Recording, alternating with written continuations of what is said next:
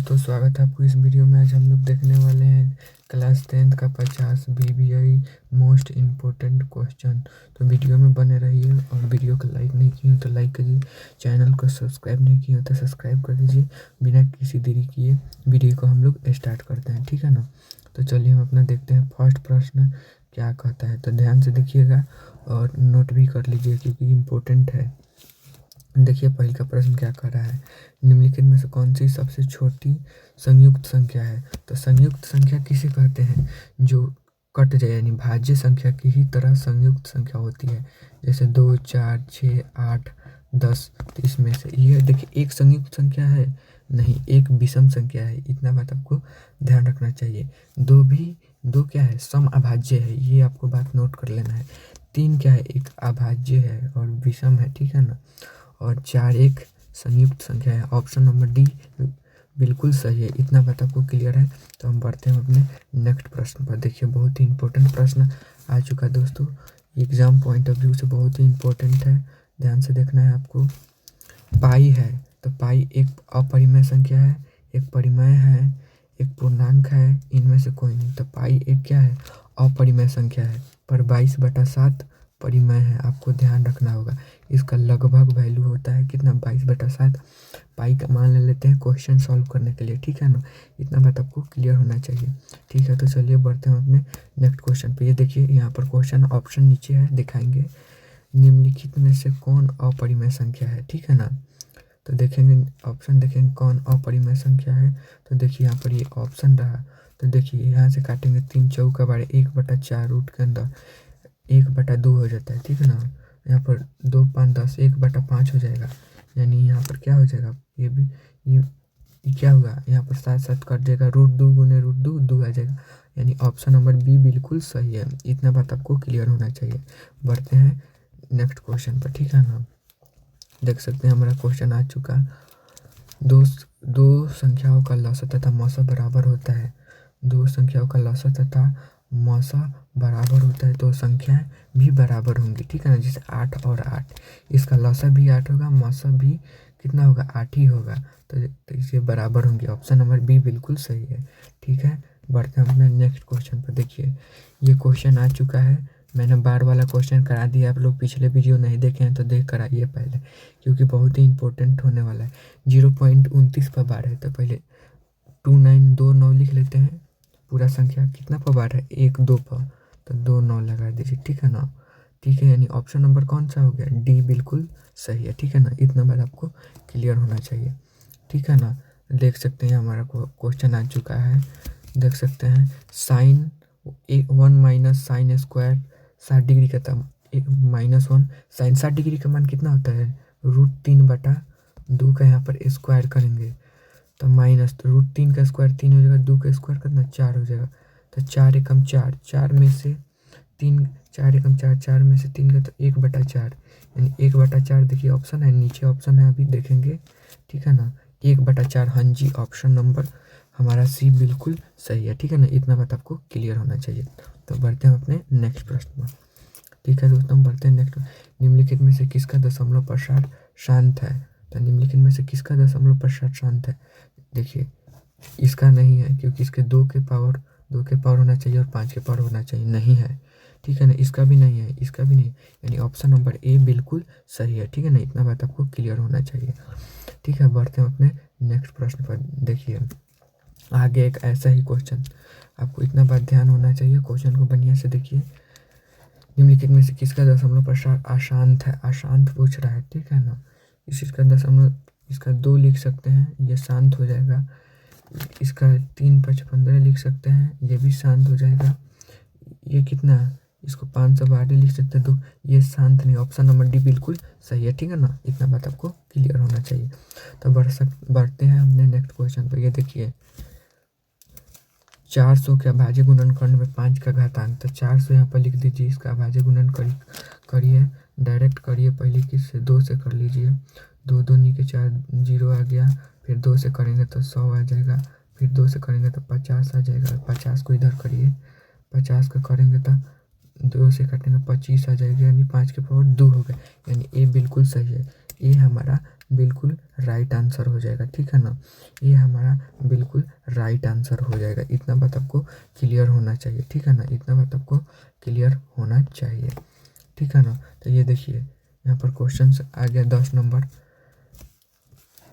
130 में 15 गुने 8 10 तथा 30 15 का मौसा XY है, तो इसका मौसा पूछ रहा है। तो ठीक है ना, इसका मौसा क्या होगा, तो मौसा हम लोग निकालेंगे तो इसका क्या आ जाएगा, निकाल लीजिए। 15 से देख सकते हैं एक्स और वाई का मौसा, तो एक्स और वाई है, तो एक्स और वाई का मौसा इसका आपको कमेंट में बताना है, HCF निकालना है, ठीक है ना। बहुत ही ईजी क्वेश्चन है, ठीक है ना, मैंने ये करा दिया, ठीक है। 125 का परिमेयकरण गुणांक क्या हो जाएगा, 125 का परिमेयकरण गुणांक करेंगे, 125 का परिमेयकरण गुणांक यानी 5 के पावर 5 इंटू 5 करेंगे तब 5√5 आ जाएगा, जो कि डी ऑप्शन में है, ठीक है ना। इतना बात आपको ध्यान रहना चाहिए, ठीक है ना। देख सकते हैं हमारा क्वेश्चन आ गया, निम्नलिखित में से कौन सा सह अभाज्य है। तो सह अभाज्य किसका होता है, जिसका HCF 1 होना चाहिए, ठीक है ना। जिसका HCF 1 होना चाहिए। 9 16 का HCF 1 होगा, देखेंगे। 15 20 का नहीं होगा जी, 21 84 का नहीं होगा, 13 65 का नहीं, यानी 9 16 हो जाएगा। Option number D, option number A sorry, बिल्कुल करेक्ट है, सही है एकदम। चलिए हम बढ़ते हैं नेक्स्ट क्वेश्चन पर। रैखिक बहुपद के शून्यकों की संख्या होती है, तो ध्यान रखना है रैखिक बहुपदों के शून्यकों की संख्या 1 होती है, ठीक है ना। इतना बात आपको क्लियर होनी चाहिए। ऑप्शन नंबर सी बिल्कुल सही है। बढ़ते हैं अपने नेक्स्ट क्वेश्चन पर। ये देखिए क्या कर रहा है, प्रश्न संख्या 14, x-1 का शून्यक होगा, तो x-1 को 0 के बराबर पटकिए, तो x बराबर कितना आ जाएगा, 1 आ जाएगा, जो कि ए ऑप्शन में दिख रहा है। इतना बात आपको क्लियर होना चाहिए, ठीक है ना दोस्तों, इतना बात आपको क्लियर होना चाहिए। चैनल को लाइक नहीं किए हैं तो लाइक कर दीजिए, हमारा काम है कहना, आप लोग लाइक कर दीजिए प्लीज़, ठीक है। 15 नंबर क्वेश्चन देखिए, किस द्विघात बहुपद के शून्यक -4 और -7 होगा। तो देखिए पहले ये फार्मूला होता है, हमको लिखवा देते हैं, k into x square minus alpha plus beta होता है, x प्लस अल्फ़ा बीटा होता है, ठीक है ना। इतना बात आपको फार्मूला क्लियर होना चाहिए, लिख लीजिए अपने कॉपी में, ठीक है ना, क्योंकि एग्जाम का पॉइंट ऑफ व्यू से बहुत ही महत्वपूर्ण फार्मूला होने वाला है, तब हम लोग देखेंगे, ठीक है ना। पहले k लिखिए यहाँ पर, क्योंकि अनगिनत इसका निकाल सकते हैं। k इंटू एक्स स्क्वायर, सम इसका कितना है, योग 4 + 7 में से 3 हो जाएगा, -3x प्लस गुणनफल कितना है, 4 7 28, -28 हो जाएगा। कोई दिख रहा है, एक्स स्क्वायर -3x -28, जो कि सी में बिल्कुल सही है, सी ऑप्शन हमारा बिल्कुल सही है। इतना बात आपको क्लियर होनी चाहिए, ठीक है ना, इतना बात आपको क्लियर होनी चाहिए, ठीक है ना। ये देख सकते हैं अपना प्रश्न संख्या आ चुके हैं 16 नंबर कि एक द्विघात बहुपद के शून्य का योग तथा गुणनफल 5 6 है, तो द्विघात बहुपद है, तो k इंटू, ठीक है ना, एक्स स्क्वायर लिखेंगे, सम कितना है -5 है, योग गुणनफल कितना है 6, तो एक्स स्क्वायर -5x +6, यानी बी बिल्कुल सही है। इतना बात आपको ध्यान रखना होगा, इतना बात आपको ध्यान रखना होगा। तो ठीक है हम बढ़ते हैं। तो देखिए यहाँ पर आ चुका है, ये देखिए प्रश्न संख्या 17, यदि बहुपद y स्क्वायर -6y के शून्यक अल्फा बीटा, तो अल्फा बीटा का मान क्या होगा, ये पॉइंट का चिन्ह, इसका मतलब अल्फा बीटा, इसका गुणनफल पूछ रहा है, ठीक है ना। इससे आपको भयभीत नहीं होना है, ठीक है ना। अल्फा बीटा क्या होता है, अल्फा प्लस बीटा होता है -b/a, अल्फा बीटा होता है कितना, c/a, तो हमसे अल्फा बीटा पूछा है, तो अल्फा बीटा c/a, ए के मान यहाँ पर 1 है, बी के मान -1 है, सी के मान 8 है, तो अल्फा बीटा का होता है c/a, c/a, तो 8 होगा सी के मान, और ए के मान 1 होगा, यानी हमारा ए बिल्कुल सही है। इतना बात आपको क्लियर होना चाहिए, हमारा ए बिल्कुल सही आंसर है, ठीक है ना। तो बढ़ते हैं अपने नेक्स्ट प्रश्न पर,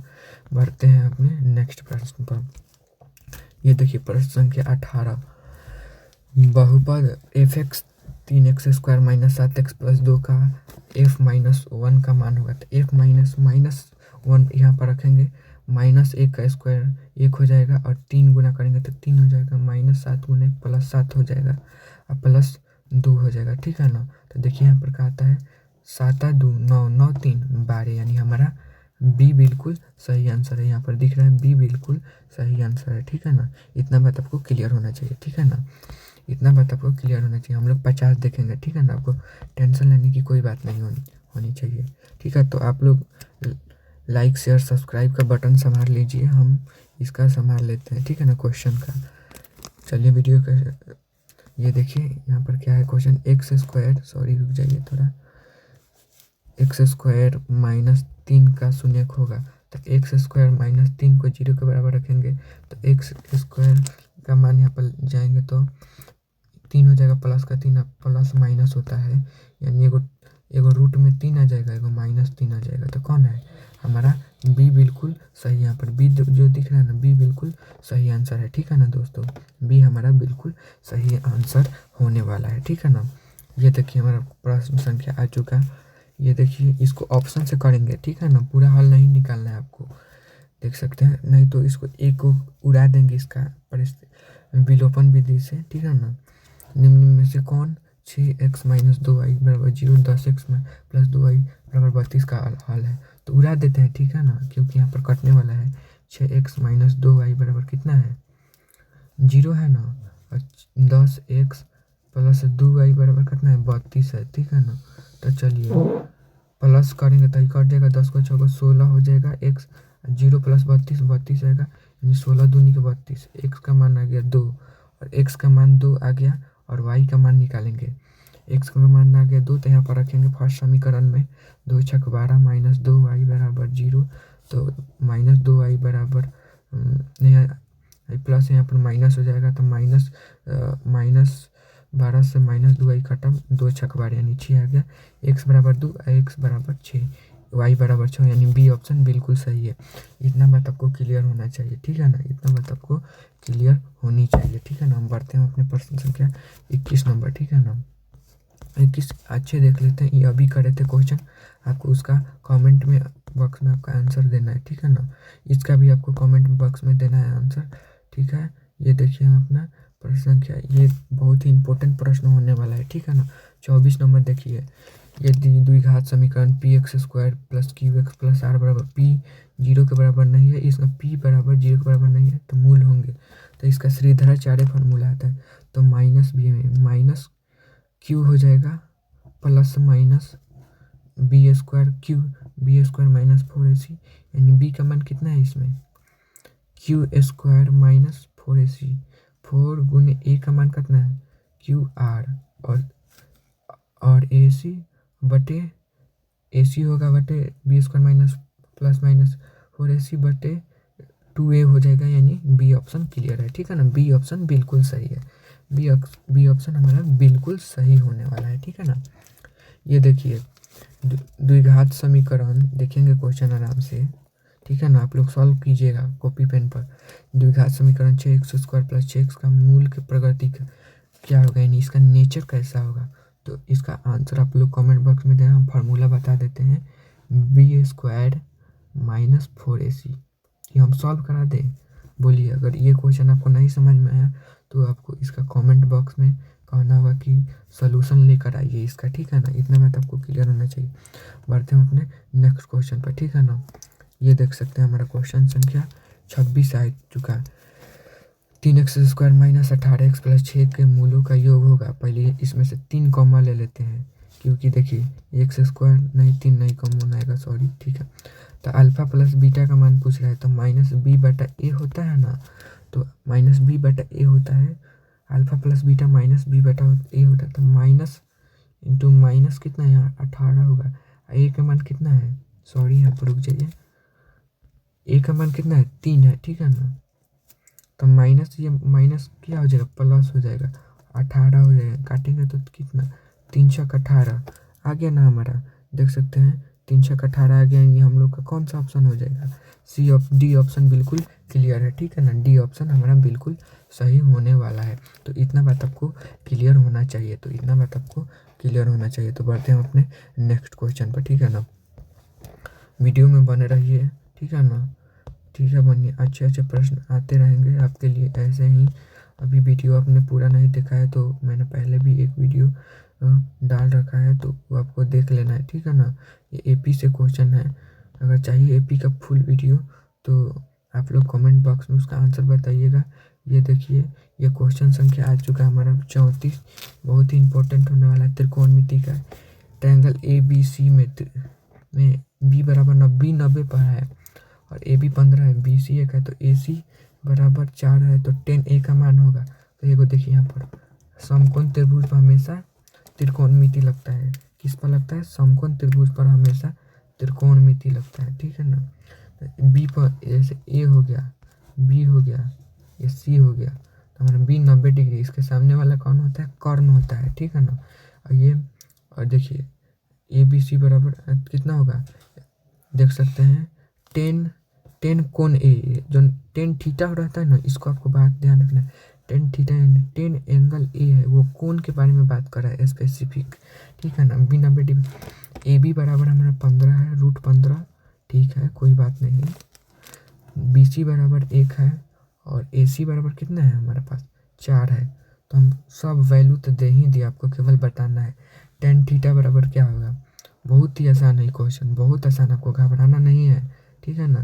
10 ए यानी इस कोण के बारे में, तो 10 थीटा बराबर क्या होता है? पी बटा बी यानी लंब बटा आधार, ठीक है ना। तो इस परपेंडिकुलर से यहाँ पर कौन हो जाएगा? पी के मान, लंब का मान 1 हो जाएगा, लंब का मान 1 हो जाएगा, और हमारा आधार कौन सा हो जाएगा? √15 हो जाएगा। यानी कौन सा ऑप्शन होगा दोस्तों? सी बिल्कुल क्लियर है, सी बिल्कुल क्लियर ऑप्शन होने वाला है। आपको इतना बात ध्यान रखना है, ये क्वेश्चन मोस्ट इम्पोर्टेंट है, मोस्ट इम्पोर्टेंट है, ठीक है ना, मोस्ट इम्पोर्टेंट। इतना बात आपको क्लियर एग्जाम में आ सकता है, 100% आएगा, ठीक है ना। इसको रट भी लीजिएगा तो समझिए कि यही आइएगा प्रश्न, ठीक है ना। चलिए हम बढ़ते हैं, हमने प्रश्न पर देख सकते हैं। ये देखिए प्रश्न संख्या 36 नंबर, 1/1 फाई बराबर क्या होगा? तो कॉस, साइन के उल्टा कॉसेक उल्टा है, तो कॉस के उल्टा क्या होता है? सेक, कॉस फाई हो जाएगा, यहाँ पर कौन? बी ऑप्शन हो जाएगा, पाई हो जाएगा, कॉस फाई, ठीक है ना।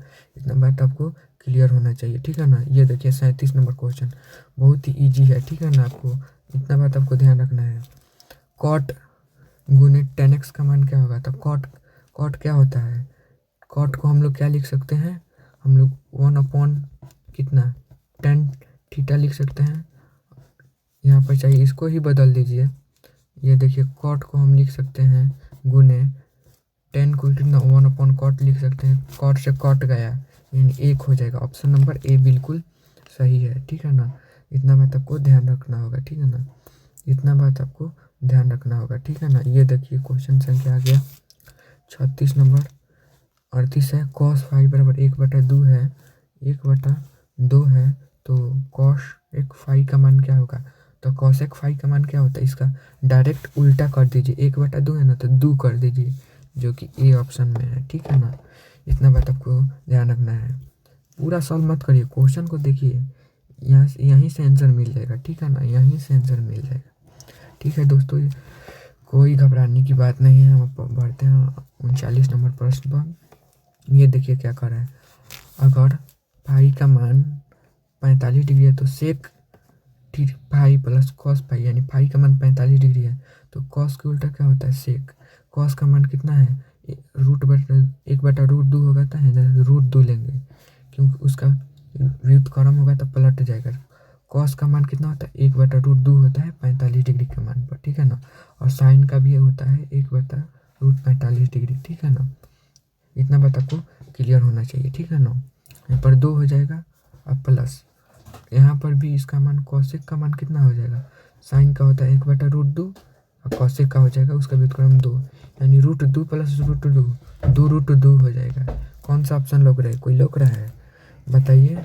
ये डी हो गया हमारा आंसर, डी बिल्कुल सही है, ठीक है ना, डी हमारा बिल्कुल सही होने वाला है।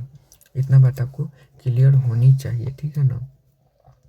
ये देखिए क्या कर रहा है प्रश्न संख्या, ये देखिए यदि 3√3 गुना 10a - 3 बराबर 0, तो होता 10a का मान क्या होगा?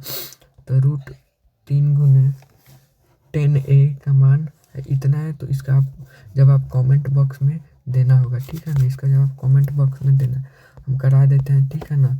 सबसे अधिक मान किसका होगा?